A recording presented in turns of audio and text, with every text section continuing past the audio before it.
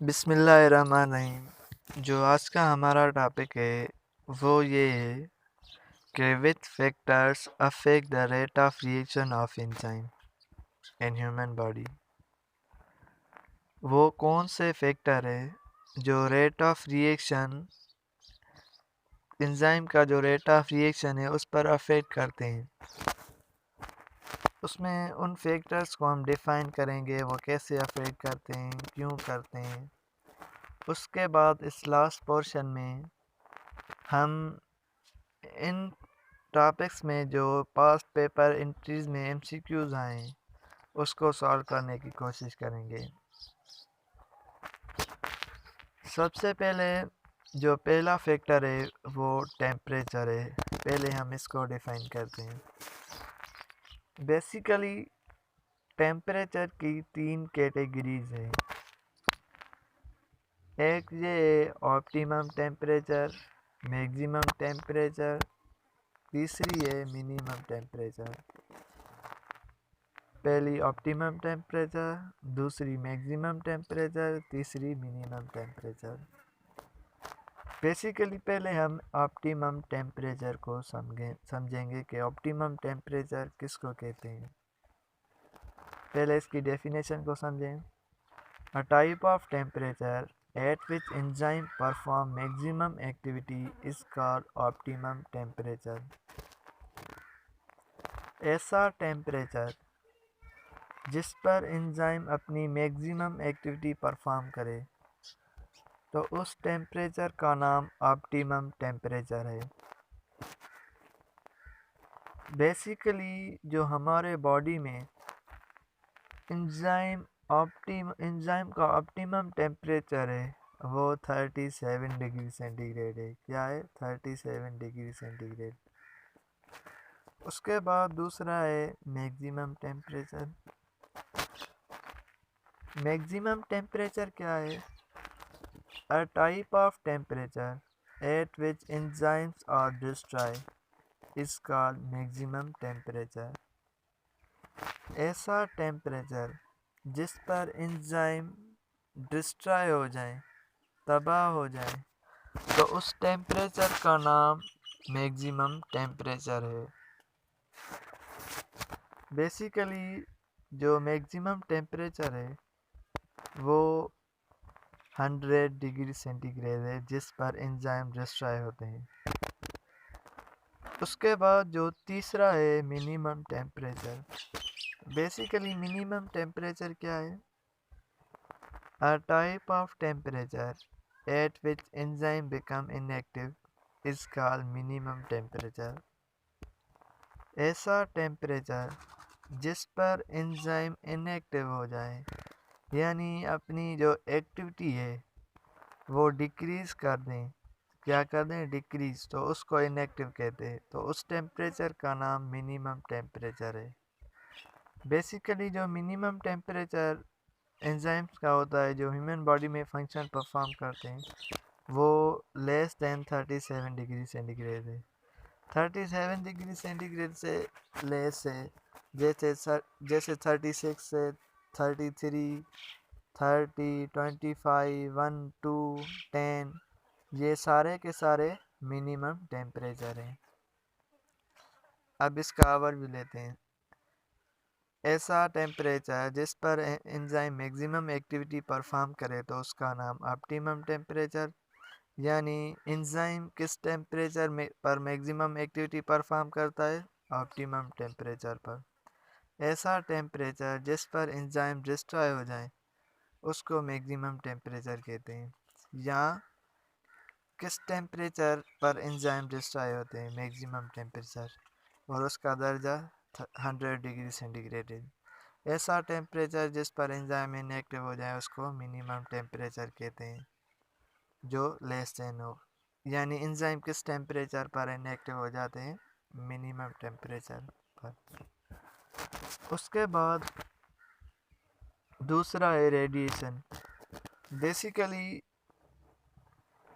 जब जैसे ultraviolet rays है, gamma rays, beta rays, alpha rays, X rays, किसी भी बॉडी या सेल पर हिट करेंगे अगर उसमें एंजाइम मौजूद हो, तो एंजाइम की एक्टिविटी क्या हो जाएगी, सीज हो जाएगी यानी डिक्रीज हो जाएगी।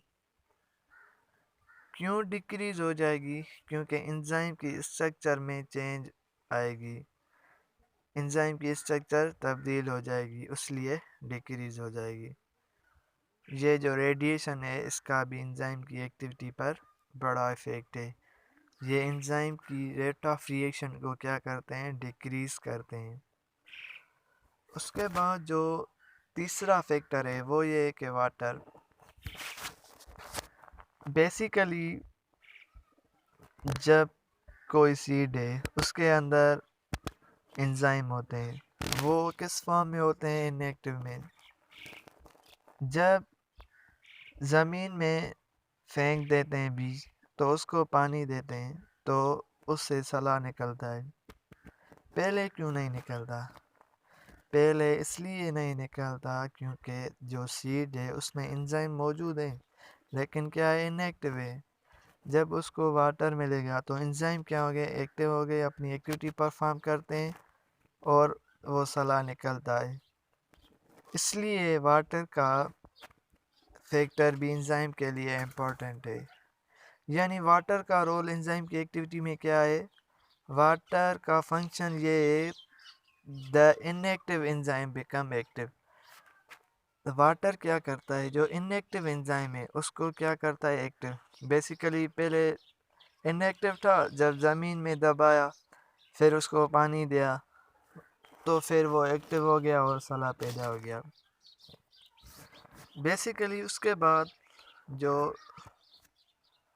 चौथा फैक्टर है वो है पीएच। बेसिकली पीएच एक होती है optimum pH. Basically optimum pH कौन सी है, a type of pH in which enzyme perform maximum activity. ऐसी पीएच जिस पर एंजाइम अपना मैक्सिमम फंक्शन परफॉर्म करे, तो उस पीएच का नाम ऑप्टिमम पीएच है। बेसिकली जो ऑप्टिमम पीएच है और जो पीएच है एंजाइम की फंक्शन परफॉर्म करने की, वो सेम नहीं है, डिफरेंट है। कैसे डिफरेंट है? बेसिकली जो पेप्सिन है उसकी पीएच 2.4 या 2 है। ऐसी तरह लिपेज प्रोटेज की क्या होगी, दूसरी होगी, 2.4 नहीं होगी। इसकी एसिडिक है तो दूसरों की बेसिक होगी, कुछ की न्यूट्रल होगी, क्या होगी, डिफरेंट होगी। पीएच क्या होगी, डिफरेंट होगी एंजाइम की।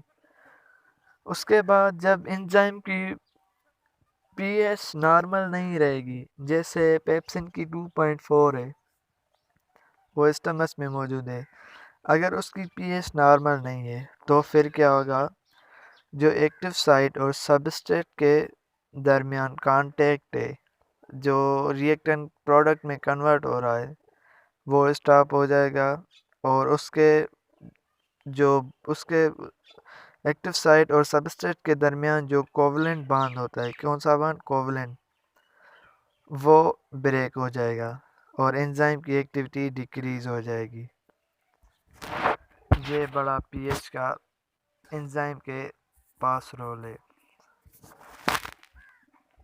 उसके बाद जो पांचवा फैक्टर है वो ये है कि substrate concentration. Basically substrate concentration enzyme पर डायरेक्टली अफेक्ट करती है। Basically, by increasing the substrate concentration, the rate of reaction increase is called saturation. ऐसी कंडीशन जिस पर हम सबस्ट्रेट कंसंट्रेशन इंक्रीज करें और रेट ऑफ रिएक्शन भी इंक्रीज हो रहा है, तो वो डायरेक्टली इफेक्ट है। सबस्ट्रेट कंसंट्रेशन से ये क्या होगा, डायरेक्टली इफेक्ट, तो रेट ऑफ रिएक्शन भी इंक्रीज हो रहा, इसका नाम सेचुरेशन है। ऐसा प्रोसेस जिसमें सबस्ट्रेट्स की कंसंट्रेशन को बढ़ाएं, एंजाइम की रेट ऑफ रिएक्शन इंक्रीज हो जाए, तो इसका नाम सेचुरेशन है। बेसिकली अगर ये डायरेक्टली रिलेशनशिप हो गया, एक चीज़ बढ़ाएं तो दूसरी भी बढ़े, सबस्ट्रेट बढ़ाएंगे तो रेट ऑफ रिएक्शन भी इंक्रीज होगा, ये डायरेक्टली प्रोपोर्शनल है बेसिकली। उसके बाद जब सबस्ट्रेट की कंसंट्रेशन बढ़ाएं, रेट ऑफ रिएक्शन इंक्रीज ना बल्कि डिक्रीज हो रहा है, ये क्या है, अनसेचुरेशन है। ऐसा भी होता है, सबस्ट्रेट कंसंट्रेशन डायरेक्टली रिलेशनशिप है, इनडायरेक्टली इसका नाम इनडायरेक्टली कॉन्सेचुरेशन, जैसे बढ़ाएंगे रेट ऑफ रिएक्शन डिक्रीज होगा। इसको समझेंगे कैसे, अब इसको एग्जांपल की मदद से समझेंगे। जैसे कि जूसर मशीन है, जूसर मशीन को हम एंजाइम लेते हैं और उसके बाद उसमें जो सेब अंदर डालते हैं या मैंगो, जब उसमें मैंगो डालेंगे वो है एक सबस्ट्रेट का एग्जांपल। जूसर मशीन क्या है, एंजाइम का एग्जांपल है, और उसमें सेब और मैंगो डाल रहे हैं, ये सबस्ट्रेट है। बेसिकली हमारे पास दो जूसर मशीन है, जैसे दो एंजाइम, और उसमें 1 किलो सेब या मैंगो डालते हैं, तो वो उसको क्या करेगी, मिक्सअप करेगी और उसका जूस निकाल लेगी इजी से और फास्ट मूव करेगी। बेसिकली जब दो जूसर मशीन में ये 5 किलो सेब डालेंगे या आम डालेंगे, तो उसका जो मिक्स करने वाला रिएक्शन है, स्पीड है, वो क्या हो जाएगी, स्लो हो जाएगी। इसी तरह एंजाइम में अगर लिमिट के हिसाब से सबस्ट्रेट डालेंगे तो rate of reaction directly proportional होगा, अगर ज़्यादा डालेंगे तो इनडायरेक्टली प्रोपोर्शनल होगा। जैसे जूसर मशीन में 1 किलो आम डाल रहे थे और सेब, तो वो डायरेक्टली रिलेशनशिप था, स्पीड से मशीन चल रही थी और जूस जल्दी से बन रहा था। जब 5 किलो डाल रहे हैं तो मशीन स्लो चल रही थी और जूस भी स्लो बन रहा था। ऐसी तरह डायरेक्ट इनडायरेक्टली रिलेशनशिप है। उसके बाद जो इस टॉपिक में इंट्रीज में एमसीक्यूज आए और पास्ट पेपर है, उसको हम डिफाइन करते हैं।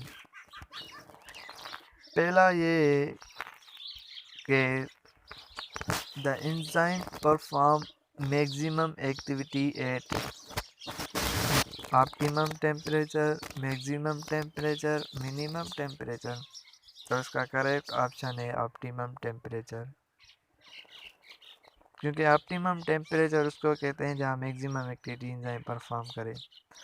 उसके बाद the optimum temperature of enzyme is 37 degree, 100 degree centigrade, 40 degree centigrade. Correct option है 37 डिग्री सेंटीग्रेड।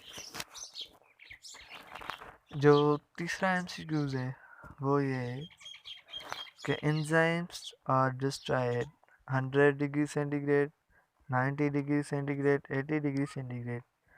तो इसका करेक्ट ऑप्शन है 100 डिग्री सेंटीग्रेड। उसके बाद जो फोर्थ एमसीक्यूज है वो ये है कि which factor break the bond, pH, enzyme concentration, both. तो करेक्ट ऑप्शन है पीएच। उसके बाद जो फिफ्थ एमसीक्यूज आया है, the pepsin enzyme perform function at pH 2.4, 3.4, 4.4। तो करेक्ट ऑप्शन है 2.4। उसके बाद जो 6 नंबर एमसीक्यूज है वो ये है, a temperature at which enzyme perform maximum activity called optimum temperature, maximum temperature, minimum temperature.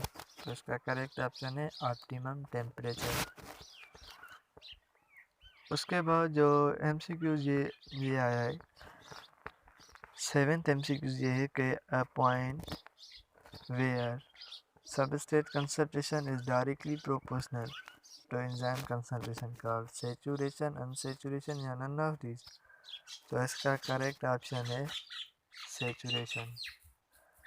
Basically ये वीडियो अगर आपको पसंद आई है तो प्लीज़ इसको सब्सक्राइब करें और शेयर करें और लाइक करें।